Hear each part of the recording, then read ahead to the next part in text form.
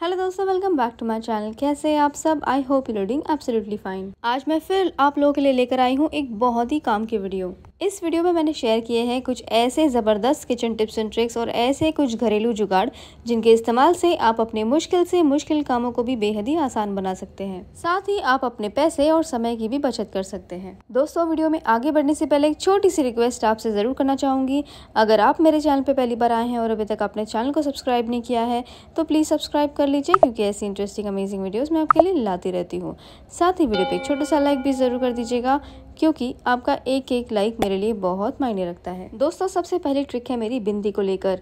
बिंदी तो अक्सर जो लेडीज़ होती है वो डेली ही लगाती है, रोज़ यूज़ करती है, लेकिन कुछ बिंदी के पैकेट्स ऐसे होते हैं ना जिनको हम यूज़ नहीं करते हैं, साइड में रखे रह जाते हैं। ये जो बिंदी का पैकेट है इसका मैं इस्तेमाल नहीं करती हूँ। ऐसे में क्या करते हैं कि हम इस बिंदी को यूज़ नहीं करते हैं, रखे रह जाती है, वेस्ट हो जाती है। तो आज हम इस बिंदी का भी यूज़ करने वाले हैं। दोस्तों, ऐसे धागे तो हम सबके घर पे होते हैं, सबको इस्तेमाल करते हैं। इस धागे में ना बिंदी का आपको बहुत ही बढ़िया सा इस्तेमाल बताऊंगी। इसको देखने के बाद आप कभी भी नेक्स्ट टाइम से ना जो बिंदी है ना जो आप यूज़ नहीं करते हैं उसको आप फेंकेंगे नहीं। जो धागे का रील होता है ना दोस्तों, उसको हम इस तरीके से बंद करके रख देते हैं, लेकिन क्या होता है कि नेक्स्ट टाइम जब भी हमको धागा ढूंढना होता है ना तो इसका जो छोर होता है एंड इसका ये मिलता नहीं है। और किसी डिब्बे में अगर आप सारे धागों को एक साथ रख देते हैं ना तो इसके जो छोर है ना वो एक दूसरे में अटक जाते हैं। अब ऐसे केस में ना आप इस बिंदी का इस्तेमाल कर सकते हैं। जो धागे का छोर है ना उसके आपको उसके साइड में इस तरीके से बिंदी को लगा लेना है। इसका आपको दो बेनिफिट होने वाला है। आप क्या करेंगे, नेक्स्ट टाइम जब भी आप धागा लेंगे ना तो आपको आसानी से इसका जो छोर है वो मिल जाएगा, ढूंढना नहीं पड़ेगा, टाइम वेस्ट नहीं होगा। और दूसरा बेनिफिट ये होगा कि एक दूसरे के साथ धागे आपके बिल्कुल भी उलझेंगे नहीं। अब नेक्स्ट टाइम जब भी आपको धागा चाहिए बहुत ही आसानी से इसका जो छोर है आपको मिल जाएगा, ढूंढने में आपका टाइम वेस्ट बिल्कुल भी नहीं होगा। है ना दोस्तों, बहुत ही ज़बरदस्त ट्रिक। इस ट्रिक का इस्तेमाल करके देखिए, ये ट्रिक आपको बहुत पसंद आएगी। अगली ट्रिक है हमारी नींबुओं को लेकर। तो नींबू जो है जब भी हम मार्केट से लेकर आते हैं तो हम ऐसे इसको फ्रिज में उठा के रख देते हैं। ये नींबू जो है बहुत जल्दी ऐसे में ख़राब पड़ जाता है, काला पड़ने लगता है, यूज़ करने लायक नहीं रहता। तो आपको क्या करना है दोस्तों, लेना है कोकोनट ऑयल। तो ऐसे आप देखिए, थोड़ा सा कोकोनट ऑयल ले लीजिए, अपने हाथों पर रब कीजिए और पूरे नींबू, जितने भी नींबू है ना, ऑयल की कोटिंग कर लीजिए उसके ऊपर। आप चाहें तो ऑयल को डायरेक्ट नींबू के ऊपर भी डाल सकते हैं और कोट कर सकते हैं, या फिर हाथों के ऊपर लगाकर भी कोट कर सकते हैं, जैसे आपको ईजी लगे। अब ऐसा करने के बाद ना आप इसे अब फ्रिज में रख दीजिए। नींबू जो है बिल्कुल भी ख़राब नहीं होगा, लंबे समय तक बिल्कुल फ्रेश ऐसा का ऐसा ही बना रहेगा, बिल्कुल भी काला पड़ने नहीं लगेगा। तो इस तरीके से कोकोनट ऑयल का इस्तेमाल करके आप नींबू को फ्रेश बनाए रख सकते हैं। अब चलते हैं हमारी अगली ट्रिक की तरफ। तो यहाँ पर दोस्तों मैंने ले ली है वैसलीन पेट्रोलियम जेली। वैसलीन जो है अक्सर सर्दियों के मौसम में हर किसी के घर पे यूज़ किया जाता है। तो आज मैं आपको वैसलीन का बहुत ही बढ़िया सा इस्तेमाल बताने जा रही हूँ। और इस ट्रिक को देखने के बाद ना आप कहेंगे कि काश हमें ये ट्रिक पहले पता होता तो हम इसका इस्तेमाल कर पाते। आपको थोड़ा सा वैसलीन ले लेना है दोस्तों। यहाँ पर आप जो है वैसलीन का इस्तेमाल अपनी ज़रूरत के हिसाब से कम या ज़्यादा कर सकते हैं। बिल्कुल थोड़ा सा वैसलीन मैंने यहाँ पर लिया है, उतना ही आपको यहाँ पर कोलगेट पेस्ट लेना है। किसी भी कंपनी का वाइट कलर का टूथपेस्ट ही आपको यहाँ पर लेना है। दोनों को ही, वैसलीन और कोलगेट को, आप दोनों को अच्छे से मिक्स कर लीजिए।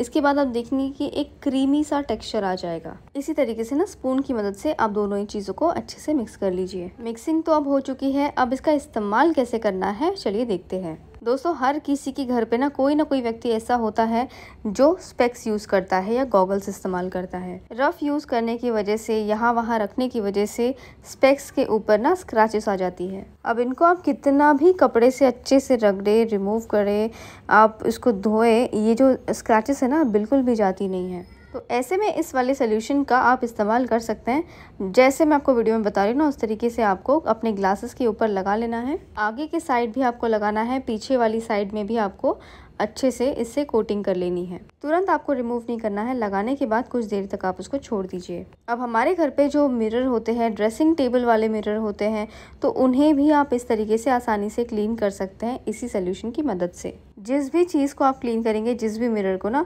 आप उस मिरर के ऊपर इस तरीके से इसे अप्लाई कर दीजिए। थोड़ी देर ना पूरे मिरर के ऊपर आप लगा करके छोड़ दीजिए। थोड़ी देर बाद आपको लेना है एक कॉटन बॉल। आप चाहें तो कॉटन का कपड़ा भी इसकी जगह पर ले सकते हैं और हल्के हाथों से ना ग्लास के ऊपर इस तरीके से आपको रब करना है। जैसे जैसे आप इसको रब करेंगे ना, आप नोटिस करेंगे जो मिरर है, ग्लासेस है, वो अच्छी तरीके से क्लीन हो जाएंगे और साथ ही इनके ऊपर जो स्क्रैचेस आ गई है वो सारी की सारी रिमूव हो जाते हैं। कॉटन बॉल से आपको दोनों ही मिरर, एक मिरर को भी रब करना है और दूसरा हमने जो ग्लास को, जो चश्मे को हमने क्लीन किया था, उसको भी आपको रब करना है कॉटन की मदद से। अब अच्छी तरीके से कॉटन की मदद से आप रब कर लीजिए। उसके बाद आप कॉटन के रुमाल को लेकर के आप इसे क्लीन कर लीजिए। आप चाहें तो कॉटन बॉल को बदल भी सकते हैं, चेंज कर सकते हैं अगर ज़रूरत पड़ी तो। आप कॉटन का रुमाल आप लीजिए, अच्छे से इसको क्लीन कर लीजिए। आप देखेंगे बहुत अच्छी तरीके से क्लीनिंग हो जाएगी। अब आप देखिए जो चश्मा है कितने अच्छी तरीके से क्लीन हो चुका है, मिरर अब कितने अच्छी तरीके से क्लीन हो चुका है। इसी तरीके से ना आप कोलगेट और वैसलीन का इस्तेमाल करके अपने घर के कोई भी आईने को क्लीन कर सकते हैं, स्पेक्टिकल्स को क्लीन कर सकते हैं, गॉगल्स को क्लीन कर सकते हैं। और ये दोनों ही चीज़ें तो हर किसी के घर पे होती है, वैसलीन भी और कोलगेट भी। तो इस तरीके का इस्तेमाल करके देखिए, ट्रिक आपको बहुत पसंद आएगी। अब बढ़ते हैं हमारे अगली ट्रिक की तरफ। तो यहाँ पर देखिए हमने ले लिए हैं धागे। तो इस तरीके के जो धागे होते हैं वो हर किसी के घर पे इस्तेमाल होते हैं और जहाँ बात होती है धागे की, वहाँ सुई तो अपने आप ही आती है। सुई का जो ऊपर वाला छेद होता है ना, वो काफ़ी पतला होता है, बारीक सा होता है, जिसके कारण सुई में धागा डालना बहुत ही एक बड़ा सा टास्क लगने लगता है, खास करके उनके लिए जिन्हें कम दिखाई देता है। तो इसके लिए एक बहुत ही सिंपल से ट्रिक है जिसका इस्तेमाल करके आप सुई में आसानी से धागा डाल पाएंगे। दोस्तों आपको लेना है इस तरीके की छन्नी, जो स्ट्रेनर हम जिसे चाय छानते हैं ना, बस ऐसी वाली छन्नी तो हर किसी के घर पे होती है। तो दोस्तों इसके लिए ना आपको लेना है झाड़ू।